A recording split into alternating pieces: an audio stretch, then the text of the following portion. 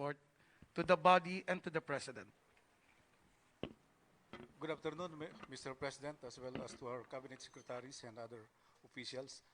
I will provide an update regarding the effects and our actions in connection with Typhoon Ulysses. For the monitored effects, as of today, we have 69 dead from 6 regions in Luzon. Only Region 1 did not have any casualty, with the highest in Region 2, followed by Calabarzon, and then the Cordilleras. Affected population number about 285,000 or almost 286,000 families, or 1.1 million individuals. Typhoon Ulysses also damaged more than 3,000 houses. On the damage to agriculture, the initial estimate is almost 1 billion, while for the infrastructure is 253 million. Shown are some of its effects: the storm surge in Polillo, Quezon, as well as a flash flood in Barangay Hinipaan, Bagamanok, Catanduanes.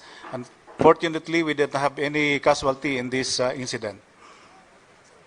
The flood affecting parts of Rizal and Marikina City and Pasig. And a ship that ran the shoreline of Navotas, flooding also in Pasig. Shown is a drone footage of the flooding in Cagayan. And for our actions taken, we conducted, prior to the onslaught of Typhoon Ulysses, or days before it made landfall, we conducted a series of meetings. We issued preemptive evacuation instructions through the DILG. We issued typhoon warnings, advisories, and directives, and we activated physical and virtual emergency operation center in the main operation center of the NDRRMC in Quezon City, as well as in the various regional disaster risk reduction and management council operation center. We issued a total of 76 emergency alert and warning messages through the telcos. And we also emphasized the cascading of information down to the community through other means, such as utilizing the communication system of the uniformed services, the PNP, AFP, as well as to cascade information house to house or bandillo.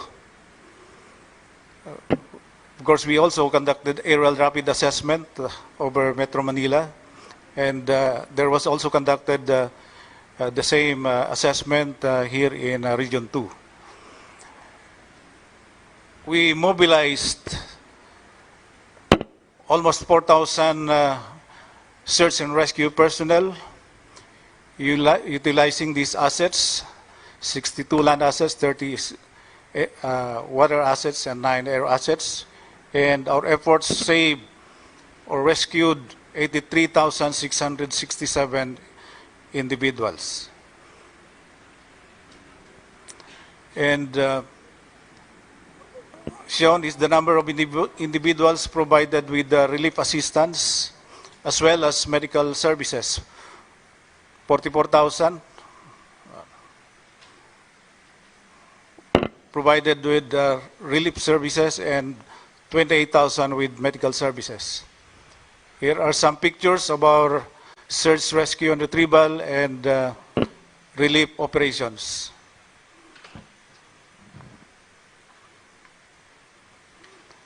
Now, may I call on Director Harold Cabreros, Mr. President, to give a short presentation also centered on the effects and our responses in Region 2.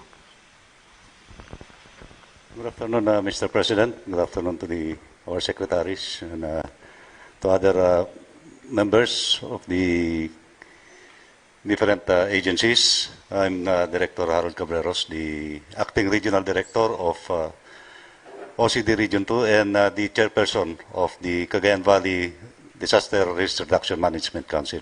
And I just want to present to you our situation update in Region 2. And my presentation will follow this sequence. Next.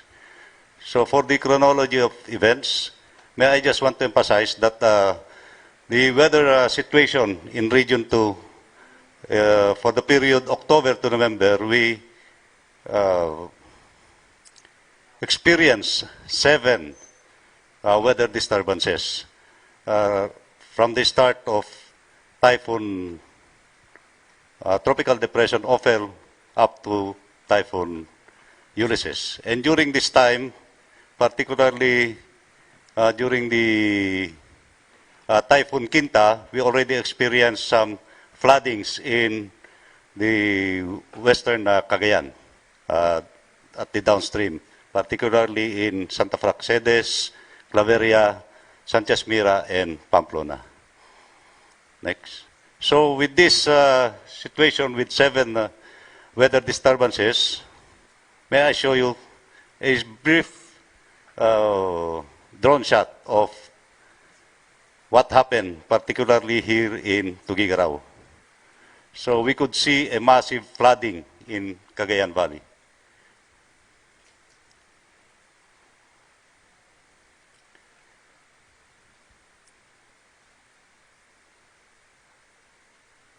Okay, next. So with this massive flooding, this is the effects of Typhoon Ulysses. So there were around almost 100,000 affected population, affected families with 343,000 persons, and there were roads and bridges that were considered not passable. We experienced power interruptions, and also we accounted damages of infrastructure and agriculture, where initially the damages for agriculture is 73.7 million, while for infrastructure is 39.8 million. Now I would like to also emphasize on the casualties that we suffered. 24 deaths, wherein 14 was due to landslide, 7 through drowning, and 3 on electrocution. Next. So, on the landslide, here is the area where the landslide occurred, which is in Barangay Ronrono, Quezon Nueva, Vizcaya, where we recorded 10 deaths, which are in a mining area, which is, they were conducting small mining operations. And also in Baggao, next, the 4 deaths in Baggao, Cagayan is along the riverbanks. The house is along the riverbanks. So there was a soil erosion that caused the landslide and the death of 4 persons. Next.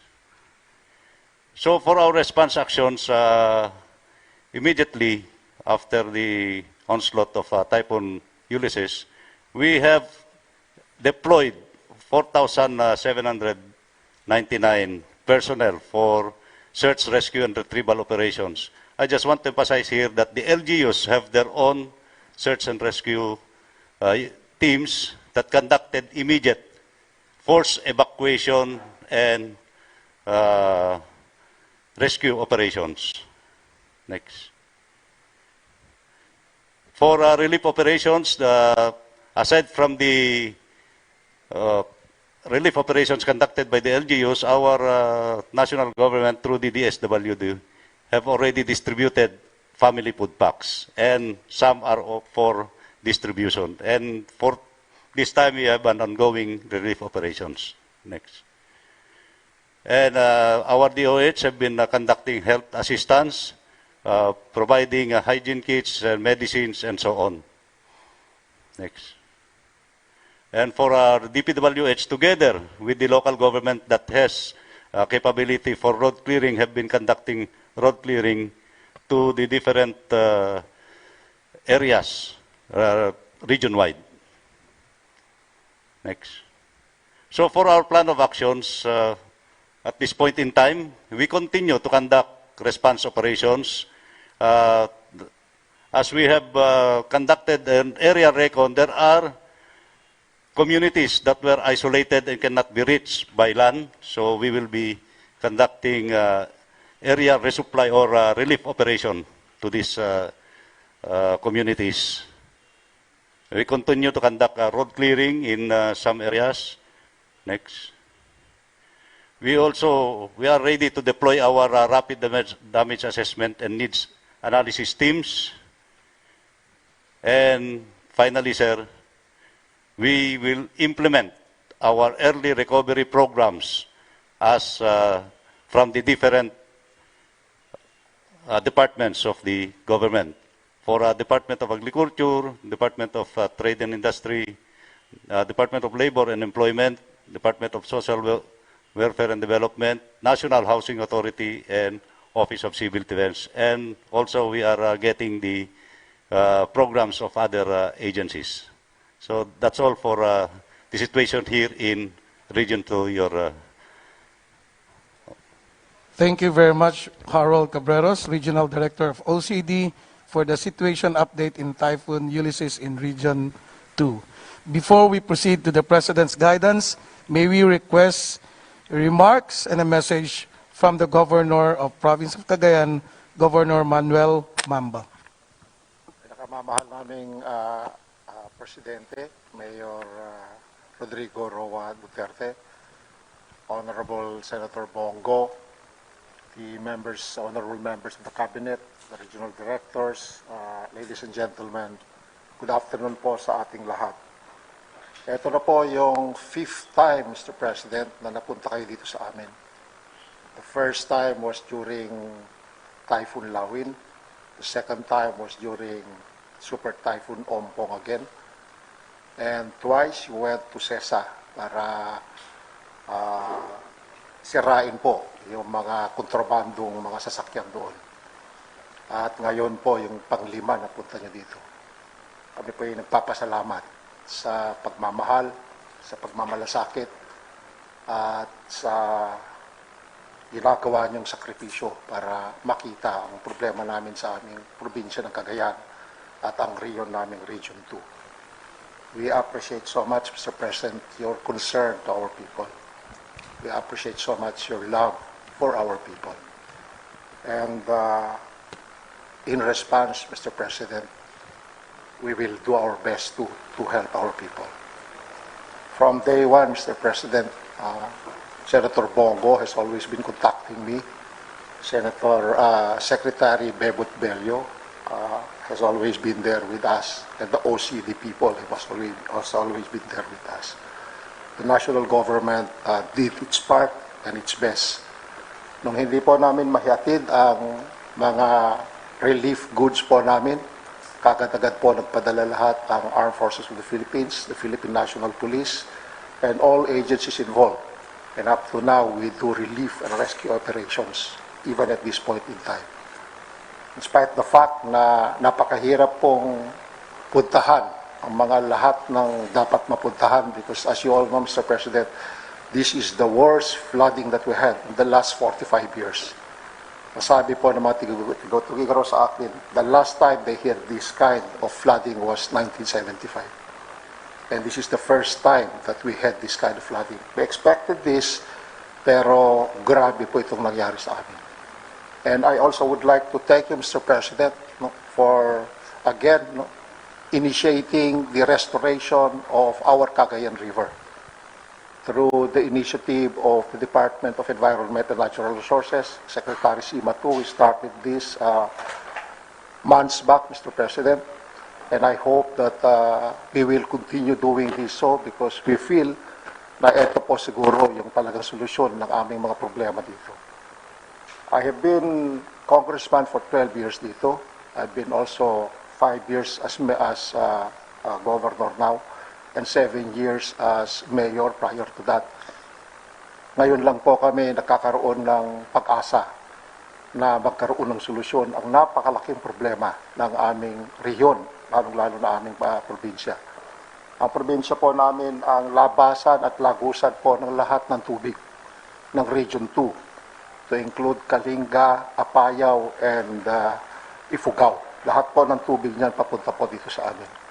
Kaya nga po nakikita naman that this is worsening every year. And we have to do something about this.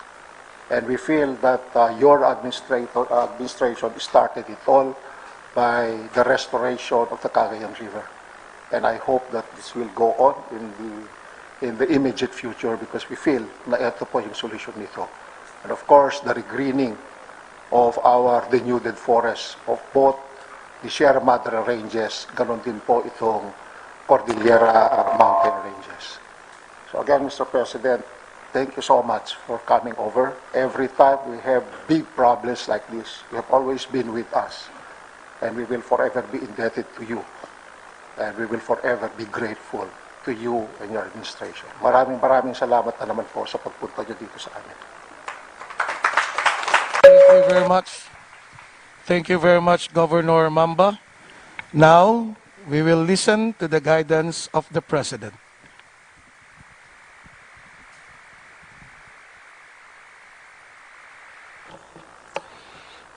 This was handed to me, a prepared speech.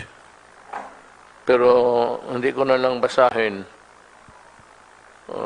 If there's time, I'll read it. But anyway, it's all about sympathies and sharing the grief of the people over here.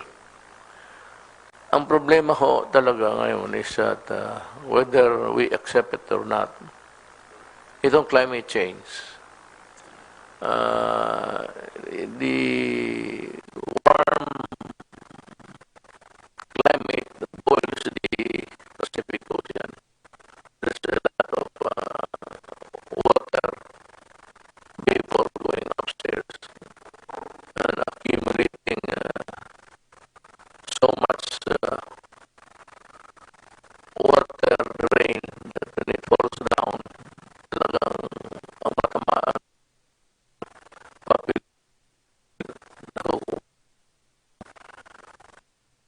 they had a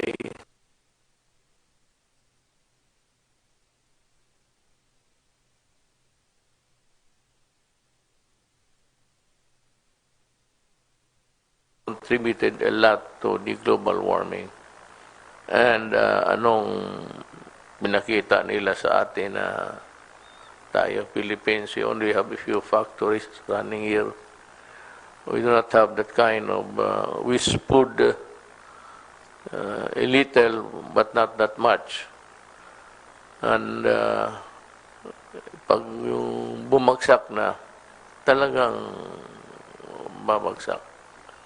It does not only rain of cats and dogs.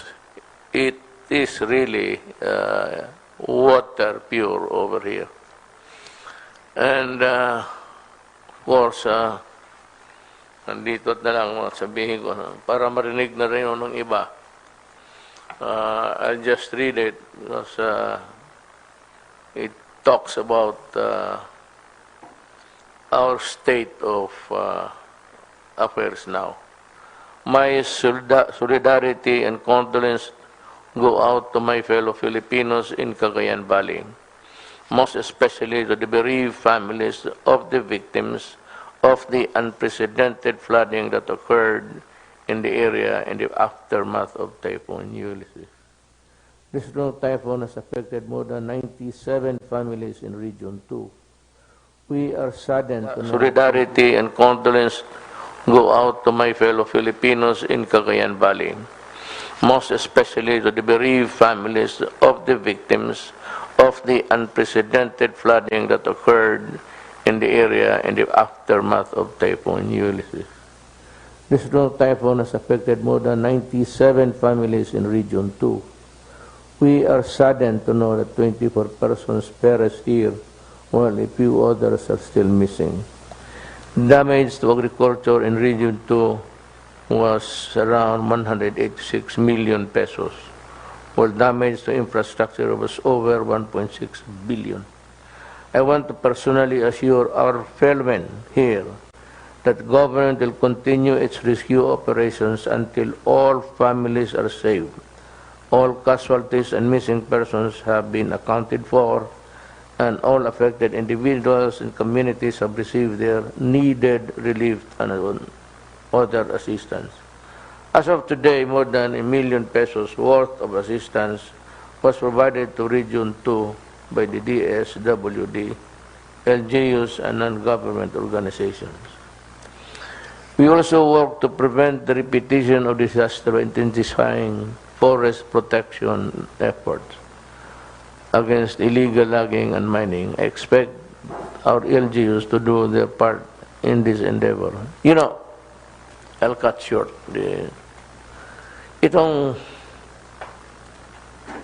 Itong ulan na ganito o bagyo, either with winds or just water pouring from the heavens.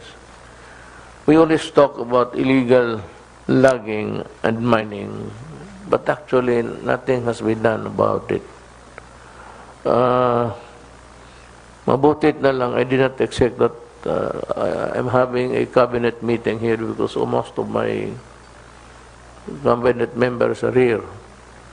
By the way, karamihan ng cabinet member ko, governor, puro Ilocano. Dalawa lang kaming Bisaya sa, ang pinakagwapo si General Simato. And of course, ang glamour boy namin si Belio. We were together during our law school days. Silang dalawa ni Dulay, ni BIR now, from Baguio. And I was in a room with Yasay, who was a fake Filipino. God bless his soul. He died about a month ago, 2 months ago. Bimbitawan ko talaga siya because he was rejected by the Commission on Appointments. I also urge the LGUs to actively collaborate with the task force created to lead the rehabilitation efforts because your lives, including your good health, safety, and improved welfare are the government's highest priority. On this note, I wish to express my gratitude to the LGUs, and the Philippine National Police, the Armed Forces of the Philippines, the Philippine Coast Guard, and all the private organizations for their relentless effort to assist the victims of Typhoon Ulysses. To my countrymen here in Cagayan Valley, rest assured that we are working hard to rebuild your lives after these calamities. We know your anguish, and we will respond with urgency. With the Bayan spirit of the Filipino, I am confident that together we will brave all the challenges ahead and emerge stronger as a nation. God bless the Philippines. Ang una actually is food. Yan ang pag-aralan ko sa local official na 22 years akong mayor, so dinaanan ko lahat ng sir, lahat ng sunog, flood, and even my daughter when she was mayor, yung galing siya sa baha na maraming namatay at nag-demolish yung sheriff, talagang binugbog kasi dahil hindi nga naman tama eh. It was extremely in bad taste.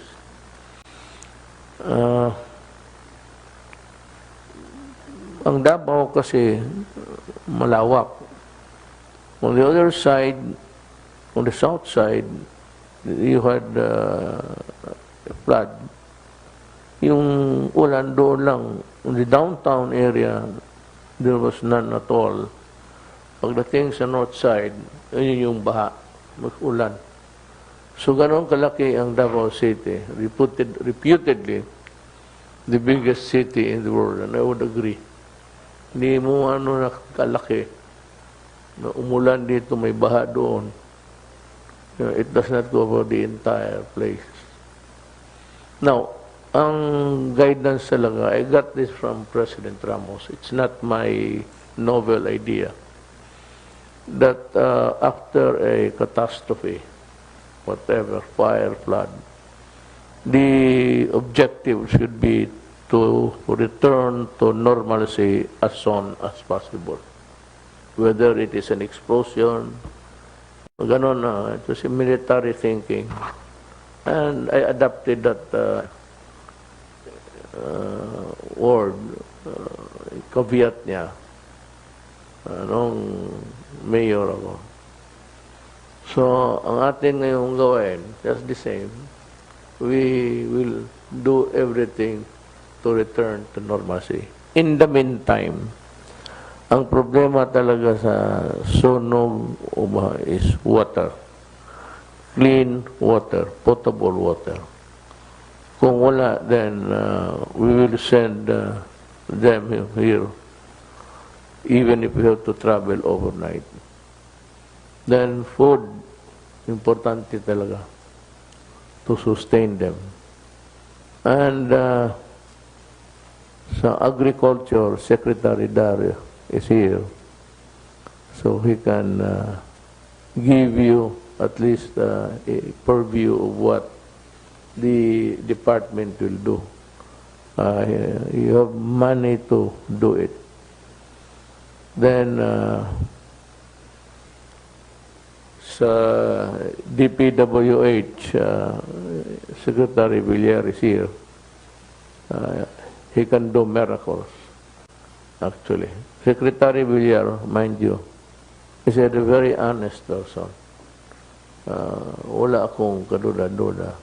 Problem is, yung departamento na nakuha niya, maraming kawatan ang putang ina. So, most of the time, headline. While labor, I do not think that kung mayroon dito, it's not really that much. Bebot is here. He has money. I have signed so many documents of late. Billion yon. It's always billion. I never saw such papers kay galing kay billion naghingi ng thousands. It's always billion. And I think he is running for senator. Pagbigyan na lang ninyo, gusto ng tao. Then, would you believe it, most of my cabinet members are really military men. And most of them are Ilocanos. At one time or another, they were assigned in Mindanao, in my city. And I got to know them, friends. Si General Simato, he's from Ilocos Norte. He was the one I sent to Boracay to clean the beach. But on the first day he was inspecting, his picture was there sa bulletin.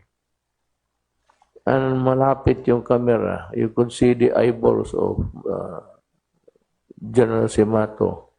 Nakatingin doon sa dalawang Caucasian na yung isa parang nakadapa, tinanggal yung bra. So you can see the focus of General Simato in his work. Well, anyway, Boracay is already, it's good. You can go there, it's clean. Let us say, as I have said, it props up every now and then. I will direct here General Simato to look into the illegal mining, especially where the people are building their shelters downwards. Kaya pag di mabaon talaga sila kasi nandaan sila.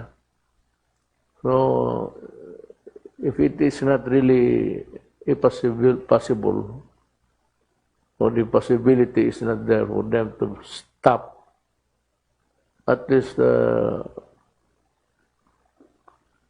John Simato should devise a way where they can place their mga bahay nila well above the rolling stones if they come. Pakitingin nga, Ray, yung sabi ni Governor. Sunod si Secretary Anyo, si General also, DILG. So if you need anything, tawagan mo lang. Then si Secretary ko si sa Energy. Na-restore na ba ang kanilang ano?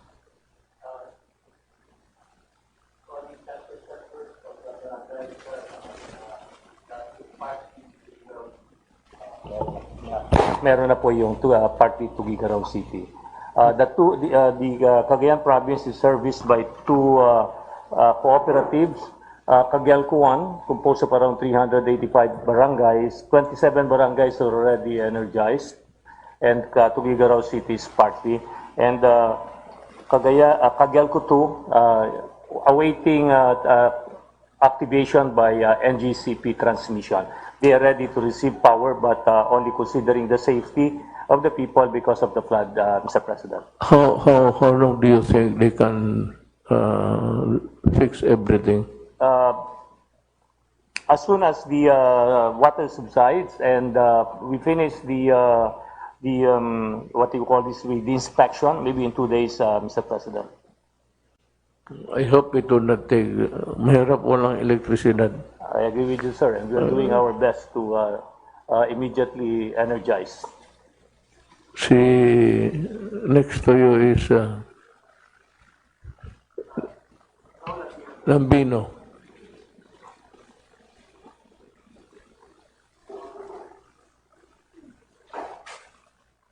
By the way, sir, pardon me for asking you in public. Yes, sir. Are you the one who's sick?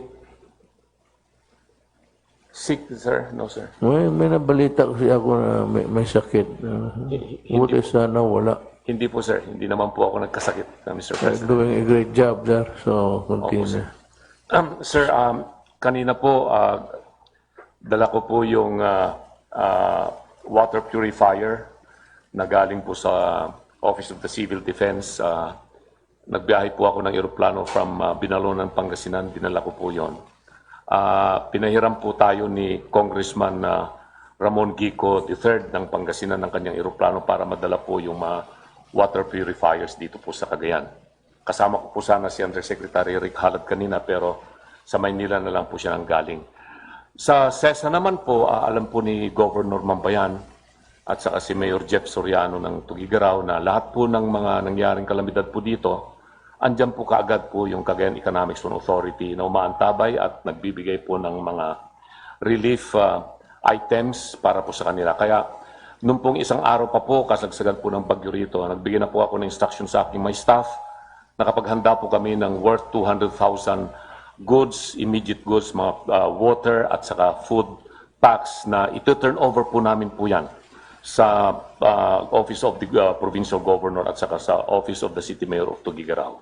Kung kukulangin pa po yun ay pinaghahanap ko pa po yung aking mga staff para po mas marami po kayong may bibigyan na tulong po sa ating mga kababayan dito po sa probinsya ng Cagayan, Mr. President. That's good. That's the spirit of an Ilocano. Opo. Opo, sir. Always in the service of your people. Let me revisit back, Secretary Bello. Ba't ang Isabela? Sabi may wala kasing malandingan doon.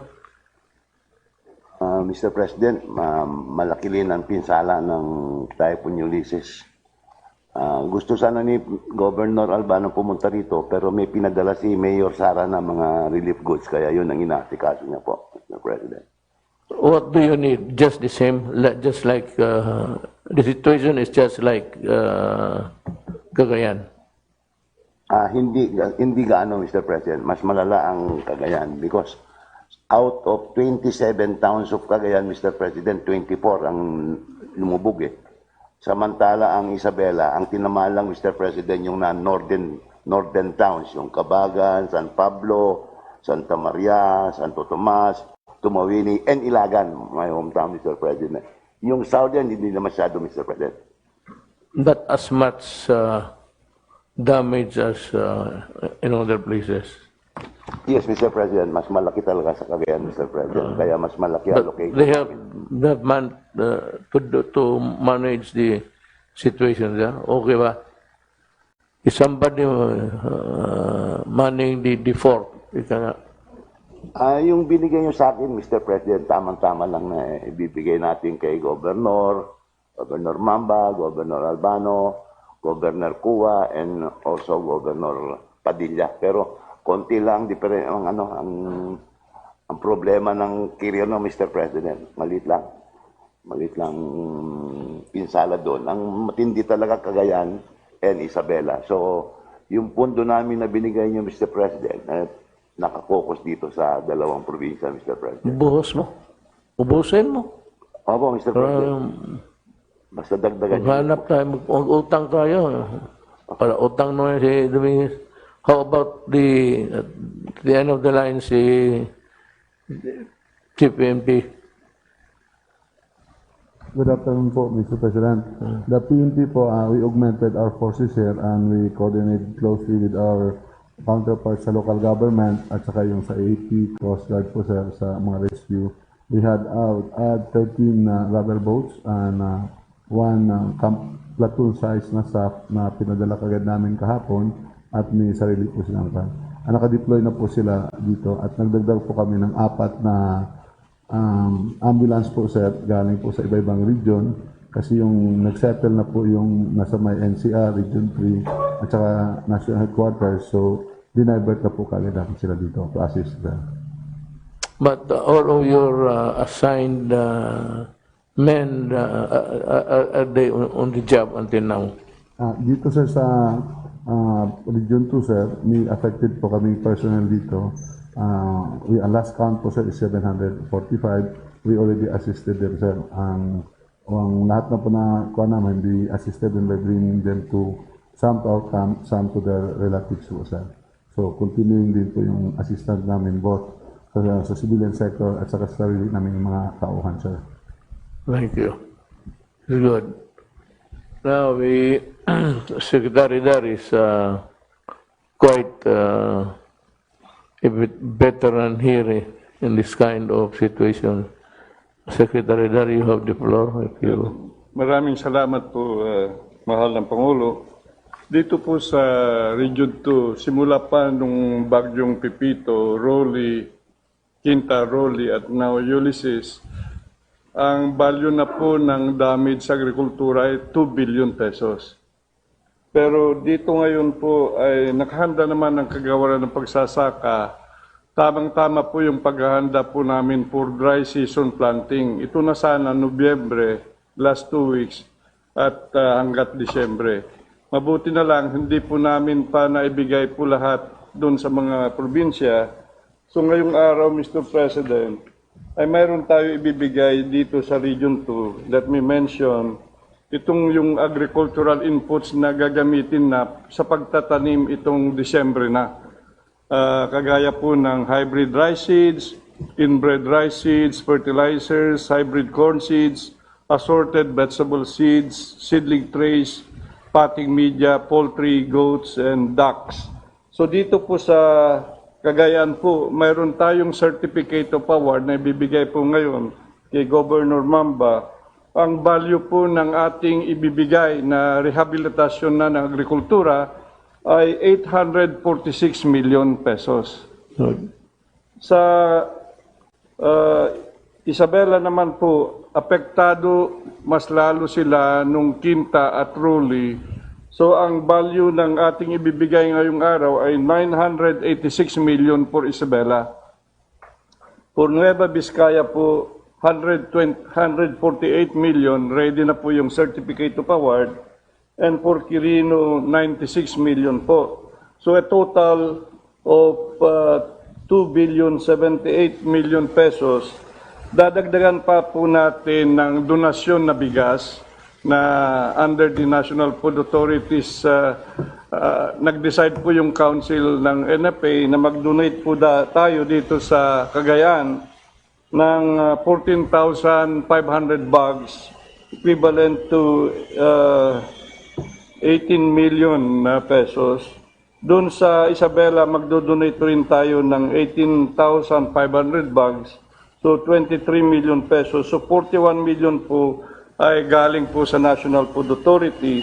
So the summary would be, Mr. President, we are giving out today all these agricultural inputs plus the rice as our ayuda dito sa Region 2. 2.2 billion pesos po, Mr. President.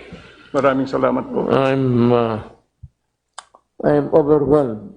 I'm happy. Si Del naman, the Secretary of Defense.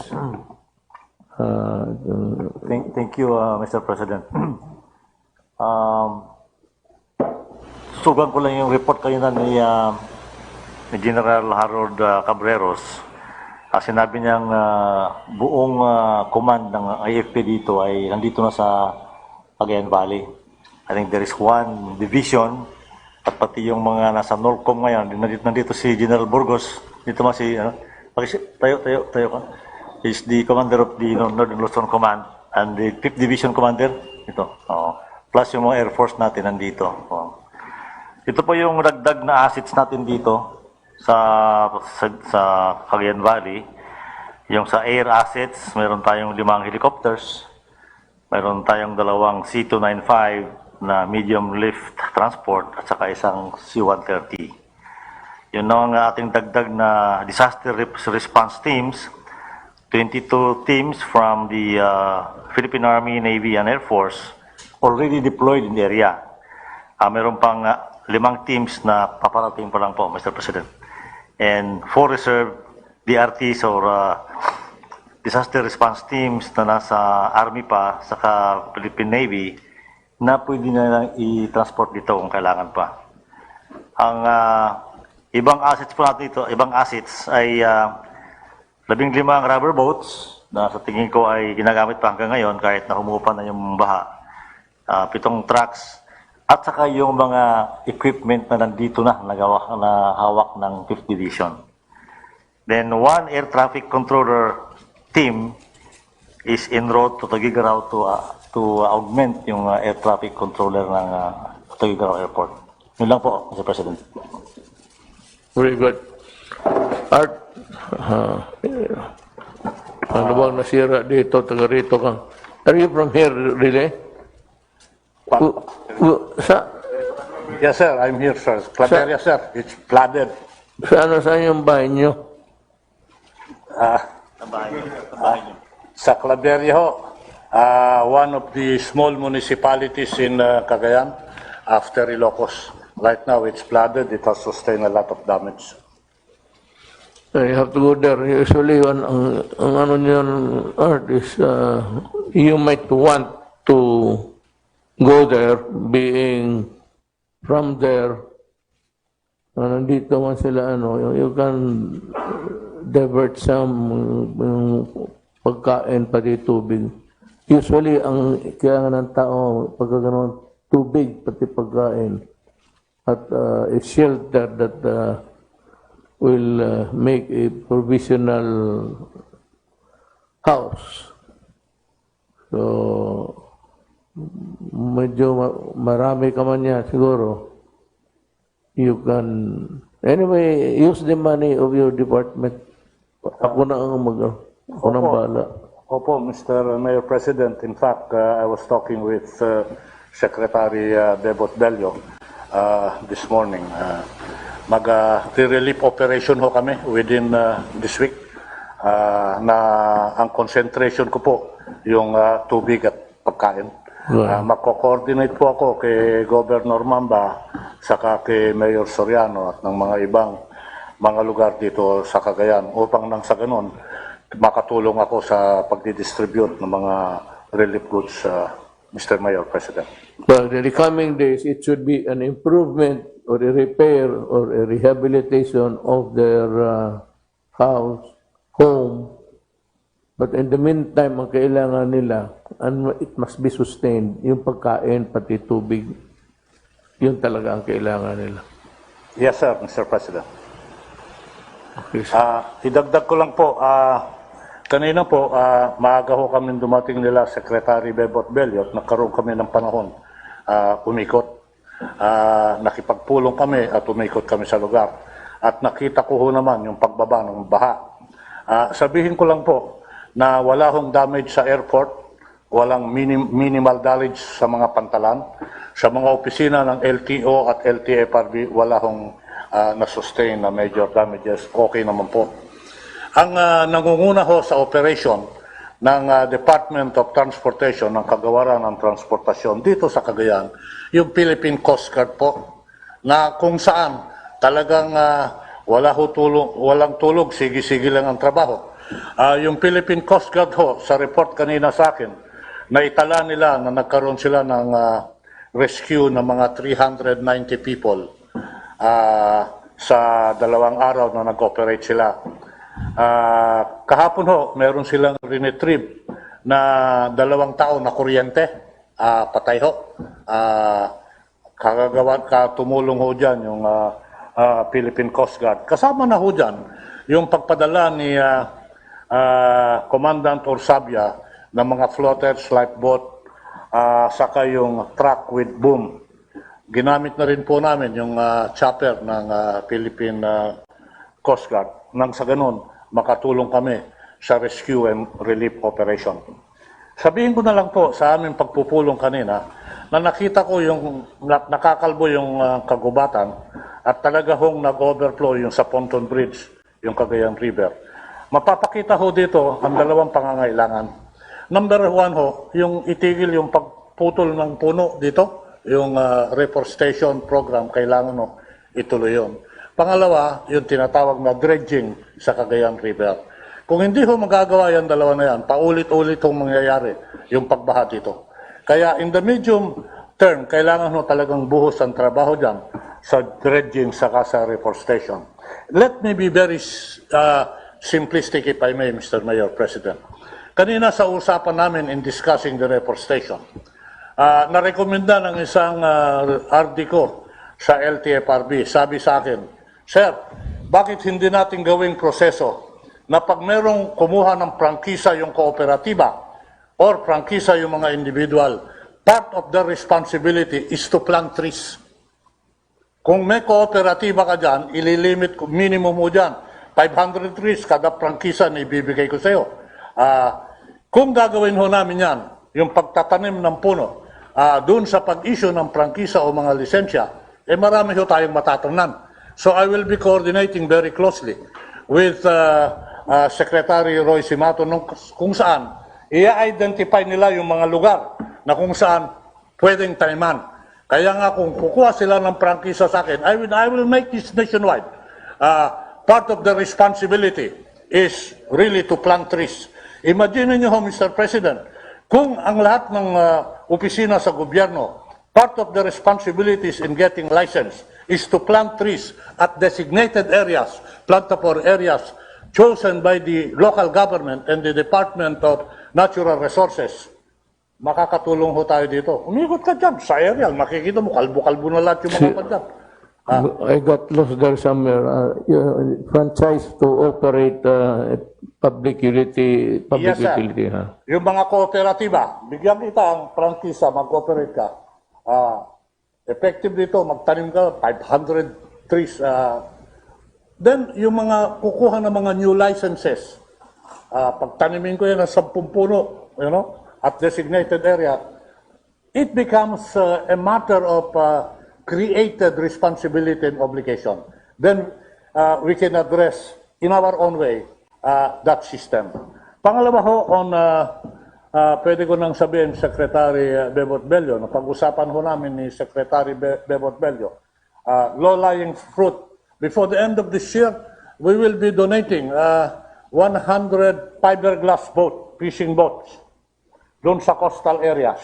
nang sa ganon, kasi tinamaan ho talaga yan eh. Ngayon, pag fiberglass ho yan, hindi lang ho, Governor, magagamit yan pang fishing, pare sa rescue operation din, pag nagbaha-baha dyan, importante fiberglass. Nag-usap po kami ni Secretary Bebo dyan at magtutulungan kami na before the end of this year, Secretary Bebo, nakaposition tayo ng 100. Yun ho yung mga usapan namin.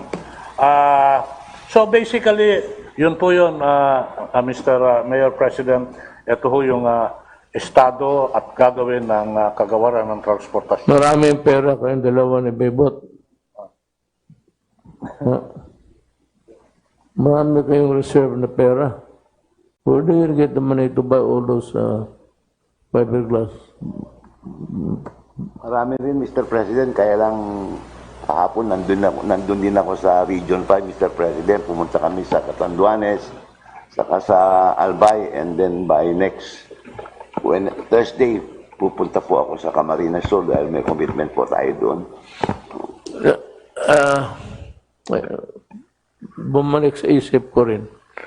There was this delivery supposedly by the Department of Labor in Cagayan, de Oro. It's in Mindanao. Yung bangka nila walang katig. Meron na, Mr. President. Meron na po. Actually, ang commitment namin 10, kaya lang nagkaroon ng delivery ng 17. Yung 20, tatlo ang walang katig, Mr. President. Pero ilalagay na po nila. Ang nagreklamo yung... Tinawagan ka ba niya? Tinawagan po ako, Mr. President. Okay. Na po. Saka dinagdagan ko naman ng nego cart, Mr. President. 20 na nego cart. Yes, sir. Sir, could I also suggest, aside from dredging and reforestation, the conversion of mountainous and forest areas into corn areas? I think very rampant po ngayon ito. Pati mga mountains po, ginawa nilang mga corn land. I think this has to stop.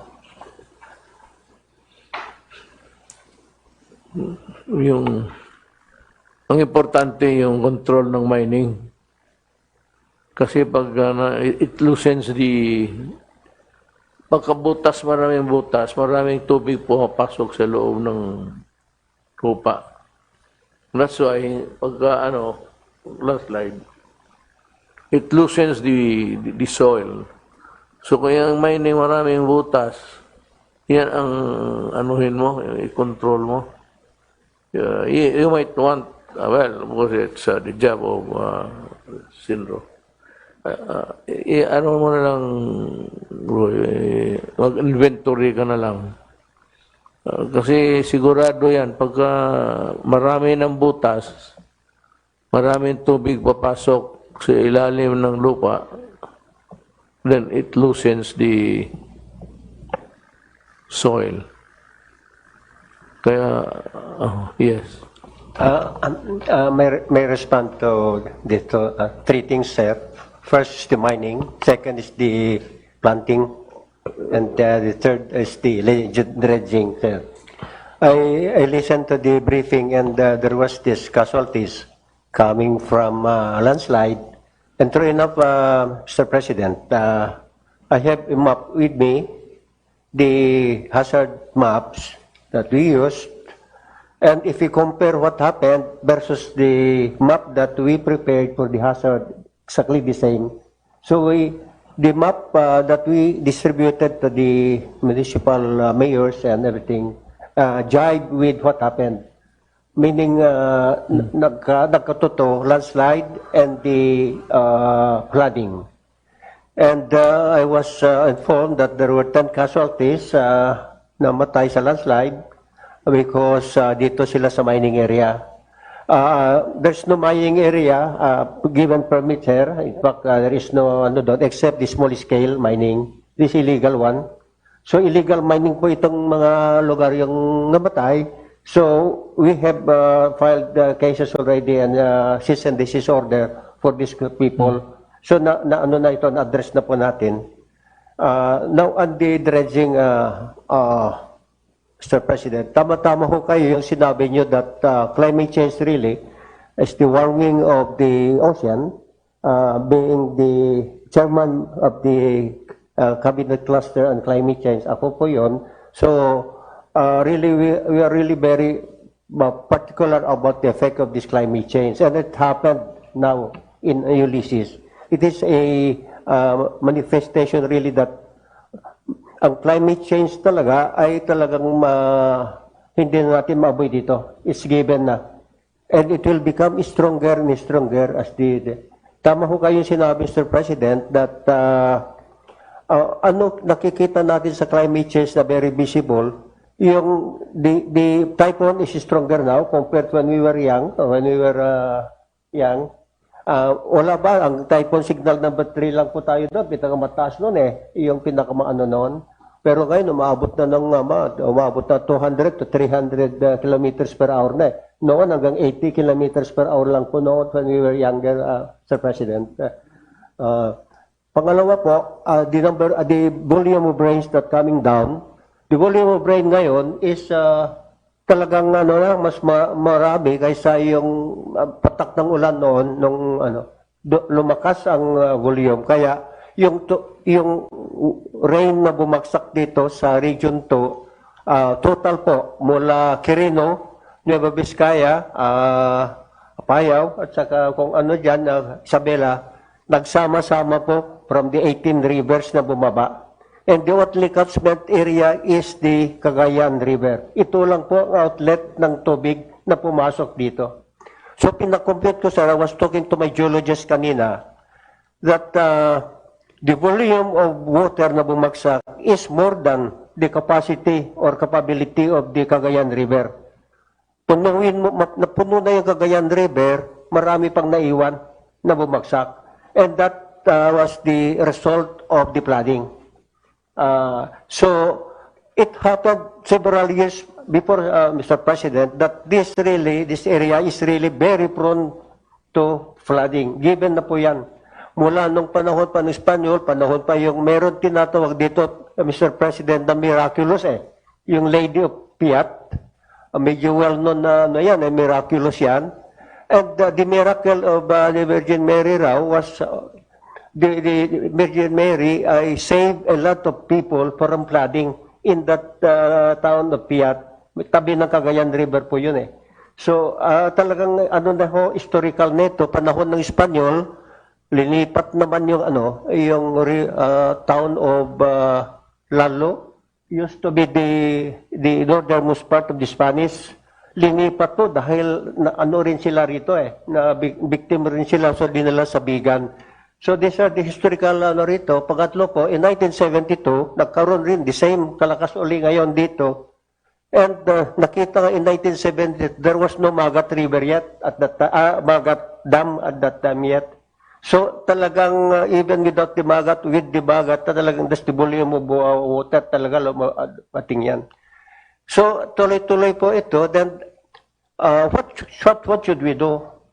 And I think the only thing that we can do is to improve as of now, Mr. President, improve the volume of water na ma-accommodate dyan sa Cagayan River. There was this JICA study po. And this was, I think, but it was not implemented. It was not implemented, meaning there is a bottleneck in one of this area in Mabit, no? Magapit River, Mr. But ito yung pinaka-bottleneck Kaya noong ng tubig dito ng volume, na-slow down ang flow to the dagat. Nagbumahakyat ang upstream of that, which include Tuguegarao and other towns. Kaya umangat po ng because of that bottleneck. Now, unfortunately, Mr. President, that bottleneck, nandun kinonekta yung river, bridge. Nandun po yung bridge. So, kung i-widen natin yan, which is the prescription yata ng JICA, is to widen that portion na bottleneck. But, meaning, kung ginawa mo naman yan, mawawala na yung bridge. So, these are the dilemma that they were not able to implement, Mr. President. But I think we can do some engineering interventions for ito. I was talking to a geologist kanina. I told him to report to Manila para pag-usapan what will be the remedy of that. If we don't touch the width of the river, laliman lang natin yun, dredge it, para yung volume of the total volume, it will just be the same as widening it. So that is one probably pag-usapan namin ni Governor, Mr. President. In fact, Mr. President, they are about to start the dredging of the mouth of the river, Cagayan River. And I approved it. I approved the request of the governor of a 30 kilometers dredging from the mouth of the river upstream. And that will really help a lot, Mr. President. And the other one is that dredging will be no cost on the part of the government. It will be really a request of the governor to allow a contractor to clean or to dredge the river. And at the same time, in exchange of that, he is allowed to sell this, sand, but they have to pay as what the mining company is paying, 4% excise tax as a revenue of the government. So ito po yung intervention na nakikita ko na we can already start with the governor. I think we have to already complete the documentation so that they can start already the dredging of that mouth of the river, which is Naparin. So these are the things that we can do now, Mr. President. And if we have to study what will be the solution of that, because whether we like it or not, the flooding will again come, Mr. President. Yan ang nakikita ko, engineering intervention that we can do. And pangatlo po, the tree planting, we were talking with General Anyo a while ago. On the National Greening Program, we are concentrating sa taas. Pero yung mga kalbo-kalbo dito sa baba po, private properties and so forth and so on. So we're talking about why will not involve the local government and other citizens to plant trees already here at the lowland, patulad dito sa atin. So we're talking with General Anyo if we can come up with a agreement to yung sinasabi nga ni sabi ni we can plant to 200 million trees kagad yun, Mr. President. So that will address all the three that were presented here, Mr. President. And I think if we can do this, we can already make a difference, Mr. President. See, nobody touched this because it is really a difficult and it is an impossible one. But I think we can do this, Mr. President. Go for it. Go for it. I will support you and shorten the process of the paper. Yes, sir. We're losing time. It's not because I really want to do it all, but something to leave behind, may ginawa. Ito yung iyo. Go for it and I will support you all the way. Mr. President. Thank you, Mr. President. Can I strongly support the tree planting much more in upland areas that can also be planted with native fruit trees. Huwag lang lahat kahoy po, Mr. President, kasi mas aalagahan po ng mamamayan kung it's a mixture of forest trees and native fruit trees. Yun po, Mr. President. Well, that's a good idea. Yeah. Yes, Secretary Jose. Thank you, Mr. President. In relation, Mr. President, to the climate change problem that you have mentioned earlier, I agree with you that we are the least contributor on carbon emission. And we are a victim rather than a contributor. And that's for that reason that we are asking for climate justice. On the last Typhoon Rolly, what we did, because this has been happening, and Philippines has been suffering, and I wrote the Climate Change Commission asking for compensation on the electrical facilities that were damaged. We're testing it. I mean, it's a test because we, as you have said, that we are the least contributor, we are a victim, and we want climate justice, Mr. President. Now, in relation to the tree planting, I agree with the tree planting, Mr. President. The transportation must already require all transport vehicles or operators to plant tree equivalent to on a per consumption or per type of engines or amount of capacity that they are operating. In the same way that we do that in energy, Mr. President. Just to let everybody know about this MAGAT. The MAGAT that is operated by NIA under the DA, and which uses the water that is being released for electricity generation. So in that MAGAT area, the project that we have agreed with the operator is to plant the fruit-bearing trees, the vegetables that can be supplied to the community. That has started, and that the beneficiary is the what you call the Rizal municipality of Rizal in Isabela, although in small scale yet. But there, in this flooding, Mr. President, Mr. Mayor, what General Simatu mentioned about the control of the water is true. I agree with that. And there has been a long-term solution that we need to do. And this has been already, we have declared it already as a project of national significance. And that is putting an upstream dam ahead of MAGAT to control the water. And by doing so, that will again produce electricity. We can do it around 140 to 280, depending on how it is done. So the engineering solution is there. We already issued the project, the permit, certificate of project of national significance of what it can do to control the flooding. The LGUs have approved it. Unfortunately, I met with the NCIP, and the problems are the permits from the IPs, Mr. President. So if we do that, I think that that can be done as a long-term solution to control or minimize the flooding in the province. Since you're doing it, do it. I'll do it. Brosuhin mo. Okay, I'll do it, Mr. President. Thank you. Yes, General.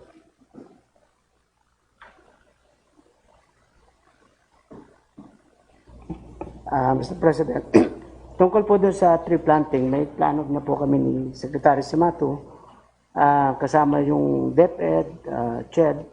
Kasi po nung araw, nare-remember ko, sa mga eskwelahan, yung mga bata, bago mag-graduate yan, required po yung magtanim ng puno. Yung mga teacher, ini-inspect pa mismo yung mga bahay. So we are 110 million Filipinos. Kung we can plant 100 million per every 6 months, that's 200 million a year. So, paplano po kami, we can start at January. Pangalawa po, isang concern po ng ating mga mayors, ito pong pagpapakawala ng tubig sa dam. It's unfortunate na sa loob ng 4 na linggo, 6 pong bagyo ang dumating sa atin. Si Pipito, Quinta, Rolly, Tonyo, Shoni, at ang pinakahuli po ay Ulysses. Bukod pa doon sa cold front at tropical depression. So talaga pong parang ang lupa ay talagang nasaturate ng tubig. Nadagdagan pa po ito ng pagpapalabas ng mga tubig sa dam. 6 na dam ang nagbukas ng tubig at ito ay nakadagdag sa pagbaha. So may kanya-kanya pong protocol yung mga dam paano pag-release. At iba-ibang may-ari dyan, mayroon sa NIA, mayroon sa Napocor, mayroon din mga private, katulad ng Aboitiz. So, I think we will propose na in times of calamity sa typhoon, dapat po ay may nakokontrol dyan kung sino, kailan bubuksan yung dam. Kasi dapat before the bagyo, pwede na po tayong magbukas. Lalo na kung mayroon tayong forecast kung gaano kalaki yung ulan na darating. So, I will propose po na pag-usapan namin sa NDRRMC na sa time ng calamity sa typhoon, ito po ang NDRRMC ang magbibigay ng approval kung kailan pwede magbukas, ilang gate, para po control natin. Kasi yan ang sinasabi ng ating mga LGUs, katulad sa sa Region 4A, Region 3 at saka NCR na nakadagdag talaga ng pagbaha ang pagbubukas ng dam. Tapos ngayon pong pandemic, meron tayong, ngayon pong calamities, meron pa rin tayong pandemic. Pero nagbigay kami ng advisory sa mga LGU, sa mga hard-hit areas na pwede pong ilip muna yung restriction sa health protocol para sa mga rescue, relief at recovery teams na pupunta at magdadala ng mga relief goods katulad sa Catanduanes, Camarines Norte, dito po sa Isabela at saka sa Cagayan, provided meron pa silang coordination sa LGU at sa RIETF at sa OCD. So, yun lang po, Mr. President. Thank you for your... So, Ted, ilan ba talaga nawala ng bahay? Have you... is there a count of the houses totally lost? Mr. President. Beyond repair? Yes, Mr. President. Here in Region 2, I was talking to Governor Mamba earlier kung mayroon ng bilang yung mga partially and totally damaged in Region 2. And I was told na wala pa po, Mr. President, dahil nakalubog pa yung mga bahay, wala pang assessment silang nagagawa. We will be creating an interagency team para mag-conduct, sir, ng assessment to be led by the Office of Civil Defense. Kasama po rito ang Department of Human Settlements, ang National Housing Authority, and DSWD para malaman yung particular houses and owners na bibigyan natin ng financial assistance. Ang programa po natin, 5,000 to 10,000 depending on the gravity of the damages. Yung partially damaged, bibigyan po ng 5,000. Yung severe or totally damaged, binibigyan natin ng 10,000. This will come in, Mr. President, pagkatapos ng yung food and water needs nila, yung relief assistance. So this will be a continuing activity. After the provisions of food and water, the housing sector will come in for the relief assistance in terms of housing assistance. This will be given in cash, Mr. President, para immediately yung mga nasirang mga bahay ay maayos kaagad. Here in Region 2, we don't expect so much damages because this is caused by floodings. Ang mas grabe, sir, yung sa Region 5 dahil ang damages to housing ay because of strong wind. So sa pagbaha, sir, pagkatapos ng tubig, very minimal ang magiging damages sa mga houses. Now, we can see from the briefing, Mr. President, na may mga namatay dahil nakatira sila sa along the river basin. To complement yung ating desire na magtanim at mag-dredging, ang kailangan po dito natin yung enforcement ng resettlement for highly susceptible flooded areas. Tatlo po ang category ng mga lupa natin, highly, moderate, and less susceptible. We will coordinate directly with the LGUs to identify the highly susceptible areas prone to floodings para makapag-enforce po tayo ng resettlement para ma-resettle sila in coordination with the LGU sa safe areas. Kasi pag hindi po natin ginawa yun, Mr. President, continuous ang problema natin na ang ating mga kababayan namamatay, nalulunod because they are living in danger areas. So we will coordinate directly with LGUs para yung highly susceptible to flooding ma-resettle na as early as possible. Of course, this will be a midterm implementation, but that is the direction that the housing sector must undertake in coordination with the local government units, Mr. President. You have the money? We will be assessing for that, Mr. President, and we will be requesting for money so that the National Housing Authority can implement the resettlement program, Mr. President. So, we're about to wind up. Secretary Roque.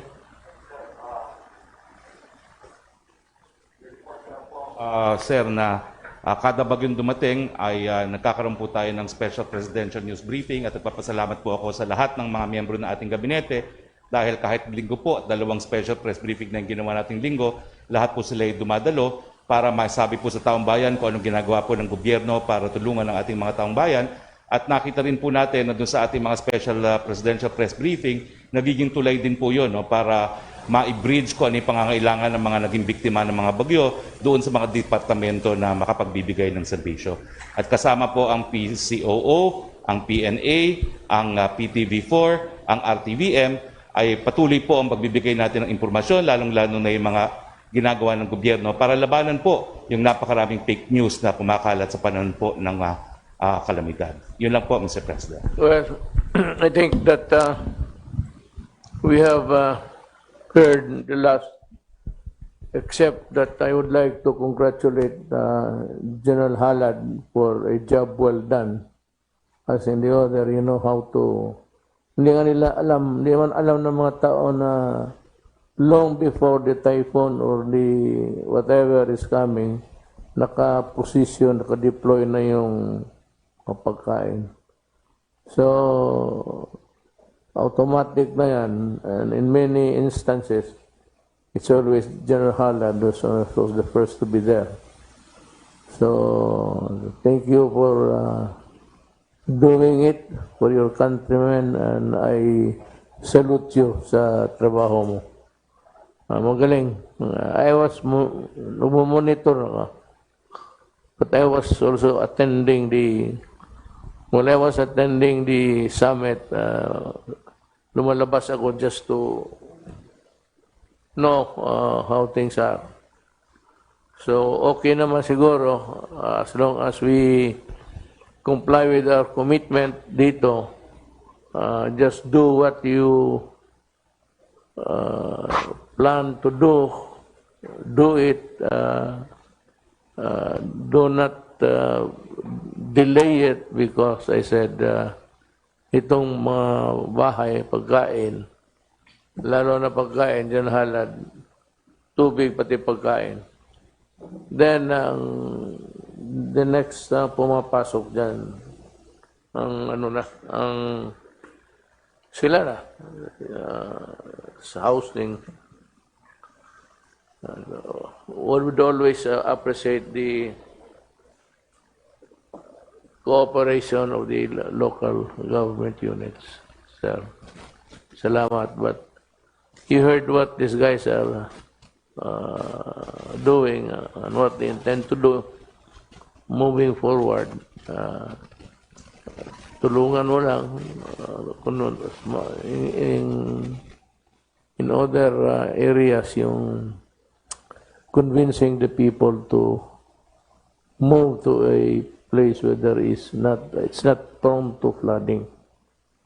That's the only way that we can erase agony every time that there is a typhoon over here. Pero lahat naka-pwesto naman.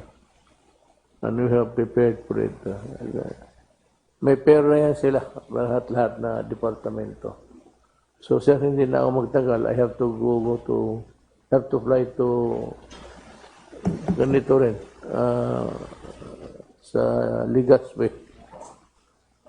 Nakata, di ka sa Legazpi?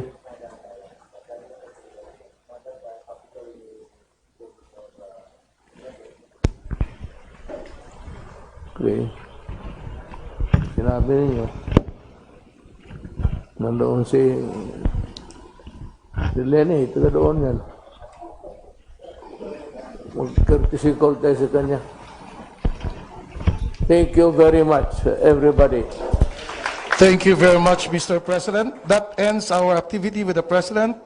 Thank you, everyone, and good afternoon.